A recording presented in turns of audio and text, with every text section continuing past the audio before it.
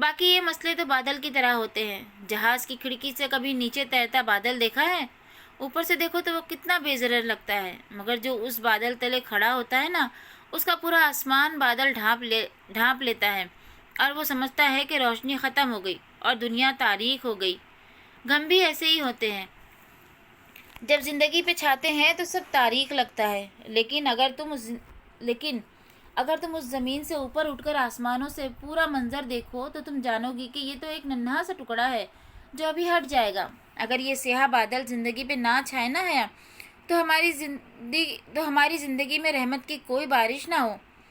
انہوں نے تیل لگا کر اس کا ہاتھ صاف کر دیا تھا. اس نے ہاتھ چہرے کے قریب لے جا کر دیکھا. میں اتنا جلی ہوں آنٹی کہ مجھے لگتا ہے میرا دل ہی مر گیا ہے. جلنا تو پڑتا ہے بچے، جلے بغیر کبھی سونا کندن نہیں بنتا. ان کی بات پر وہ آزردگی سے مسکرائی. یہ ابھی ٹھیک ہو جائے گا اور تم بھی ٹھیک ہو جاؤ گی. تھینک یو آنٹی، مجھے آپ سے بات کر کے بہت اچھا لگا. ایک آخری بات، کیا یہ اتفاق تھا کہ عثمان انکل اور ہم ایک ہی فلائٹ میں آئے تھے؟ اس دنیا میں اتفاق کم ہی ہوتے ہیں. میرا خیال ہے عثمان کو عبد الرحمن نے ایسا کہا تھا. وہ سمجھ کر سر ہلا کر اٹھ کھڑی ہوئی. کبھی اسے لگتا اسے زندگی میں سب سے زیادہ تکلیف پاشا نے دی ہے، اور کبھی لگتا اس کے احسان اس کی دی گئی اذیت سے زیادہ ہے. بگی سڑک پر رواں دواں تھی. رات کی بارش اب سوکھ چکی تھی. ہر جگہ نکھری دھلائی لگ رہی تھی. سبزہ ہوا، سرمئی سڑک. وہ چھوٹا سا جزیرہ جنت کا ٹکڑا لگتا تھا. وہ بگی کی کھڑکی سے باہر دیکھتی ان باتوں کو سوچ رہی تھی جو حلیمہ آنٹی نے اسے کہی تھی. عائشہ، اس نے کچھ کہنے کے لیے گردن ان دونوں کی طرف پھیری تو ایک دم ٹھہر گئی. درمیان میں بیٹھی بہاریں اپنے گلابی پرس سے کچھ نکال رہی تھی. حیا بالکل ساکت تھی. سانس روکے اسے دیکھے گئی. وہ حیا کا بھورے رنگ کا لکڑی کا پزل باکس تھا. بہاریں، یہ تم نے کہاں سے لیا؟ وہ بنا پلک کے جھپکے اس باکس کو دیکھ رہی تھی. یہ مجھے عبد الرحمن نے میری برتھ ڈے پہ گفٹ کیا تھا. اس میں میرا گفٹ ہے، مگر ابھی یہ مجھ سے کھلا نہیں ہے. وہ مایوسی سے بتاتی اس کی سلائڈ پر انگلی پھیر رہی تھی جس میں 5 حروف بنے تھے. باکس کے اوپر ڈھکن کی سطح پر انگریزی میں ایک لمبی سی نظم کھدی تھی. یہ حیا کا باکس نہیں تھا، مگر یہ بالکل اس جیسا تھا. یہ اس نے کہاں سے لیا؟ ہم سے ہی لیا تھا. عائشہ نے بتایا نہیں؟ ہم جنگل سے لکڑیاں کاٹ کے یہی پزل باکس تو بناتے ہیں. بہت مہنگے بکتے ہیں یہ. ان میں 5 لیٹر کوڈ لگتا ہے جس کے بغیر یہ نہیں کھلتے. عائشہ مسکراتی ہوئی بہارے کی بات سن رہی تھی. سنو، وہ بہت دیر بعد بولی. اس کی نگاہیں ابھی تک اس باکس پر تھی. تم نے کبھی کوئی ایسا باکس بنایا ہے جس میں 6 حروف کا کوڈ ہو؟ وہ دونوں ایک دم چونکی. ہاں، میں نے بنایا تھا. کس کے لیے؟ وہ بے چینی سے بولی. عبد الرحمن کا کوئی ملازم تھا. اس نے 6 حرفی کوڈ بار کا آرڈر دیا تھا تو میں نے بنا دیا. مہینہ پہلے کی بات ہے. وہ سوچ کر بتانے لگی.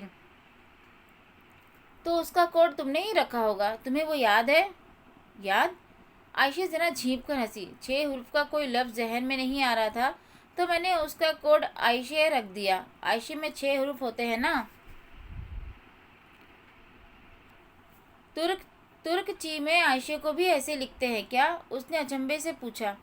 نہیں، ترکچی میں عائشہ گل لکھتے ہیں، مگر یہ باکس انگریزی حروف تہجی میں تھا اس لیے انگریزی میں لکھا تھا. جو شخص تم سے یہ خریدنے آیا تھا اس کو جانتی ہو تم؟ چند لمحے کے توقف کے بعد وہ ذرا سوچ کر پوچھنے لگی. میں اس کا نام تو نہیں جانتی، مگر وہ اونچے قد کا حبشی تھا اور اس کے بال گھنگریالے تھے. اچھا. حیا نے بہارے کو اس کا پزل باکس واپس کر دیا. اب وہ اپنے پزل باکس کے بارے میں سوچ رہی تھی جو اس کے کمرے میں رکھا تھا. اگر وہی باکس تھا جو عائشہ نے بنایا تھا اور اسے عبد الرحمن کے ہی کسی آدمی نے عائشہ سے خریدا تھا، اور قوی امکان تھا کہ اس نے وہ ڈالی کے پاس بھجوایا تھا، تو کیا عبد الرحمن اس بات سے واقف تھا، یا پھر عائشہ سے خریدنے والا شخص ہی ڈالی تھا؟ کیونکہ ڈالی بھی تو پاشا کا خاندانی ملازم تھا. کچھ ایسا ہی بتایا تھا ARP کی ماں نے اسے. سنو، کیا عبد الرحمن پاشا کو معلوم ہے کہ تم نے اس کے کسی ملازم کے لیے باکس بنایا ہے؟ حیا، مجھ سے بہت سے لوگ پزل باکس خریدتے ہیں. میں ہر ایک کی خبر عبد الرحمن کو نہیں کرتی، اور اس نے تو مجھے عبد الرحمن کو بتانے سے منع کیا تھا. تمہیں اس لیے بتا رہی ہوں کیونکہ اس نے صرف عبد الرحمن کو بتانے سے منع کیا تھا۔ عائشہ ذرا مسکرا کر بولی۔ حیا نے اس بات میں گردن ہلا دی اور باہر دیکھنے لگی۔ بگی اس بلخاتی سڑک پر اوپر چڑھ رہی تھی۔ وہاں دونوں اطراف میں سرسبز اونچے درخت تھے۔ مری میں عموماً سڑک کے ایک طرف ایسے اونچے درخت ہوتے تھے اور دوسری جانب کھائی، مگر یہاں دونوں جانب ہی گھنا جنگل تھا۔ بالآخر ایک جگہ بگی بان نے بگی روک دی۔ عائشہ نیچے اتری اور بگی کے پیچھے مرصع صندوق سے اوزاروں کا بھاری تھیلا نکالا۔ حیا اور بہارے بھی اس کے پیچھے پیچھے اتر آئی۔ اب آگے انہوں نے پیدل چلنا تھا۔ تم چل لو گی؟ عائشہ نے تھیلا اٹھاتے ہوئے ذرا فکرمندی سے اسے دیکھا۔ ہاں، میں بہتر محسوس کر رہی ہوں، اس نے دھیمی مسکراہٹ کے ساتھ عائشہ کو تسلی دی۔ بہارے سب سے آگے اچھلتی کودتی ذرا لہک لہک کر کچھ گاتی چل رہی تھی۔ کائنات وہ ہے جسے تو نے بنایا اور سیدھا رستہ وہ ہے جسے تو نے دکھایا، بس تو قدموں کو پھیر دے اپنی رضا کی طرف، اے بلندیوں کے رب۔ وہ ایک عربی گیت گنگناتی ادھر ادھر پودے پہ ہاتھ مارتی چل رہی تھی۔ عائشہ اس کے عقب میں تھی اور سب سے پیچھے حیا تھی، جو اپنی سفید میکسی کو دونوں پہلوؤں سے اٹھائے سہج سہج کر پتھروں پہ پاؤں رکھ رہی تھی۔ وہاں ہر سو صنوبر اور ببول کے درخت تھے۔ کچھ ایسے درخت بھی تھے جن کو وہ نہیں پہچانتی تھی۔ سرخ اور جامنی پھولوں کی جھاڑیاں بھی جا بجا تھی۔ جنگل میں کافی آگے جا کر عائشہ ایک جگہ رکی۔ وہاں ایک درخت کا کٹا ہوا تنا پڑا تھا۔ اس نے تھیلا زمین پر رکھا اور اندر سے کلہاڑے نکالنے لگی۔ ٹھنڈی ہوا صنوبر کے پتوں کو ہولے ہولے جھلا رہی تھی۔ حیا ایک بڑے درخت سے ٹیک لگا کر بیٹھ گئی اور عائشہ کو کٹے ہوئے تنے پہ کلہاڑی سے ضربے مارتے دیکھنے لگی۔ اس کی اتنے دنوں کی تھکن، نکاہت اور بیماری حلیمہ آنٹی کے شیشے کے پیالے میں رہ گئی تھی۔ وہ اب خود کو بہت ہلکا پھلکا اور تازہ دم محسوس کر رہی تھی۔ نیا چہرہ، نئی روح، نئی زندگی۔ بہارے بھی اس کے ساتھ آ کر بیٹھ گئی۔ حیا کے بال ہوا سے اڑ رہے تھے، اڑ کر اس کے چہرے کو چھونے لگے۔ اس نے اپنے چھوٹے چھوٹے ہاتھوں سے نرمی سے ان کو سمیٹا۔ تمہارے بال کتنے خوبصورت ہیں حیا۔ اس نے گردن ذرا سی موڑ کر مسکراتے ہوئے بہارے کو دیکھا۔ وہ بہت محبت سے اس کے بالوں پہ ہاتھ اوپر سے نیچے پھیر رہی تھی۔ میرا بھی دل چاہتا ہے کہ میرے بال اتنے ہی لمبے اور ملائم ہوں اور میں انہیں ایسے ہی کھولوں، مگر جوش سے کہتے کہتے اس کا چہرہ بجھ سا گیا۔ مگر عائشہ کہتی ہیں اچھی لڑکیاں بال کھول کر باہر نہیں نکلتی۔ بہارے کی بات پر اس نے ایک نظر عائشہ کو دیکھا، جو کوٹ کے آستینے موڑے رکوع میں جھکی لکڑی پہ کلہاڑی مار رہی تھی۔ ہر ایک ضرب کے بعد وہ سیدھی ہوتی اور پیشانی پر آیا پسینہ آستین سے پوچھ کر پھر سے جھک جاتی۔ وہ تمہیں منع کرتی ہے؟ نہیں، وہ کہتی ہے بہارے تمہاری مرضی، جب تم میں حیا نہ رہے تو جو جی چاہے کرو۔ اس نے عائشہ کے خفگی بھرے انداز کی نقل کر کے دکھا دی۔ تم ساری دنیا میں سب سے زیادہ عائشہ کی بات مانتی ہو؟ نہیں، پہلے عبد الرحمن کی، پھر عائشہ کی۔ تم عبد الرحمن کو بہت پسند کرتی ہو بہارے؟ وہ اپنی حیرت چھپاتے ہوئے استفسار کرنے لگی۔ کیا یہ بہنیں عبد الرحمن کی شہرت نہیں جانتی، یا یہ اسے لوگوں سے زیادہ جانتی ہیں؟ بہت زیادہ، وہ ہے ہی اتنا اچھا۔ وہ اس کے بالوں کو ہاتھوں میں لیے ہوئے بہت محبت سے کہہ رہی تھی۔ حیا نے اپنے کھلے بالوں کو دیکھا اور پھر بہارے کی نفاست سے بندھی گھنگرالی پونی۔ میں بال باندھ لوں بہارے؟ مجھے ہوا تنگ کر رہی ہے۔ اس نے جیسے خود کو وضاحت دی کہ وہ عائشہ کی اچھی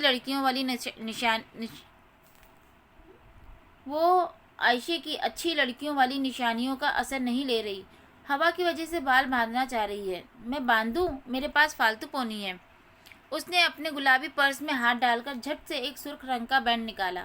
حیا نے ذرا سا رخ موڑ لیا۔ بہارے اس کی پشت پر گھٹنوں کے بل اونچی ہو کر بیٹھ گئی اور اپنے نرم ہاتھوں سے اس کے بال سمیٹنے لگی۔ حیا نے آنکھیں بند کر لی۔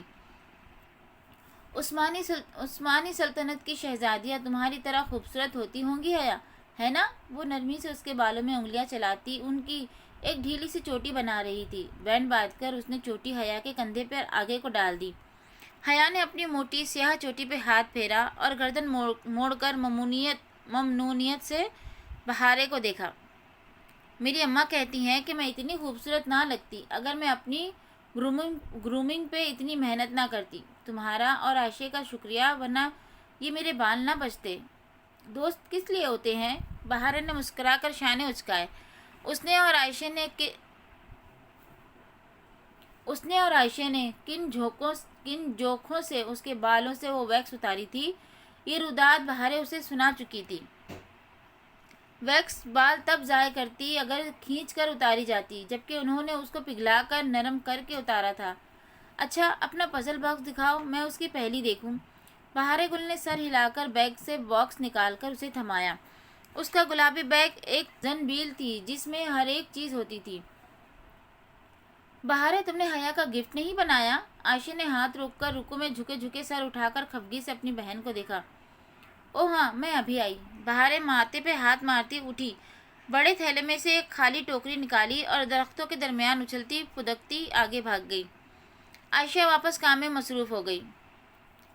حیا سر تنے سے ٹکائے باکس کو چہرے کے سامنے لا کر دیکھنے لگی۔ اس کے ڈھکن پر انگریزی میں چند فقرے کھدے تھے جو شاید ایک نظم تھی۔ A creamy eye in silver chest, sleep in a salty depth, rashes from a prison grain, shines as its well in slain. Puzzle box کے کوڈ بار میں 5 چوکھٹے بنے تھے۔ حیا نے 3-4 دفعہ اس نظم کو پڑھا تو اسے وہ 5 حرفی لفظ سمجھ آیا جو اس باکس کی کنجی تھا۔ پہلی آسان تھی، مگر ظاہر ہے وہ بہارے کو جواب نہیں بتا سکتی تھی۔ وہ بہارے کا تحفہ تھا اور وہ اسے خود ہی کھولنا تھا۔ مگر کون لکھتا تھا یہ نظمیں، یہ پہیلیاں؟ باکس گود میں رکھے اس نے آنکھیں موند لی۔ اس کے جسم کا سارا درد دھیرے دھیرے غائب ہو رہا تھا۔ ہر سو میٹھی نیند تھی۔ بہت دن بعد اس پہ سکون سا چھا رہا تھا۔ وہ حلیمہ آنٹی کی باتوں کو سوچتی، اپنے حل ہوئے مسئلوں کو یاد کرتی۔ کب سو گئی اسے پتہ نہیں چلا۔ جب اس کی آنکھ کھلی تو جنگل میں اکیلی تھی۔ عائشہ اور بہارے وہاں نہیں تھی۔ وہ ہڑبڑا کر اٹھی۔ عائشہ، بہارے! وہ متوحش انداز میں ان کو پکارتی درختوں کے درمیان آگے کو بھاگی۔ حیا، ہم ادھر ہیں! عائشہ نے کہیں قریب سے پکارا۔ وہ آواز کا تعاقب کرتی اس گھنے جھنڈ تک آئی تو دیکھا عائشہ ان درختوں کے پاس کلہاڑا پکڑے کھڑی تھی۔ ساتھ ہی بہارے زمین پر بیٹھی کٹا تنا ساتھ ہی رکھا تھا۔ تم سو گئی تھی تو مجھے لگا ہماری آوازیں تمہیں ڈسٹرب نہ کریں، سو ہم سب کچھ ادھر لے آئے۔ خیر تھی عائشہ؟ اس نے خفت سے ان دونوں کو دیکھا۔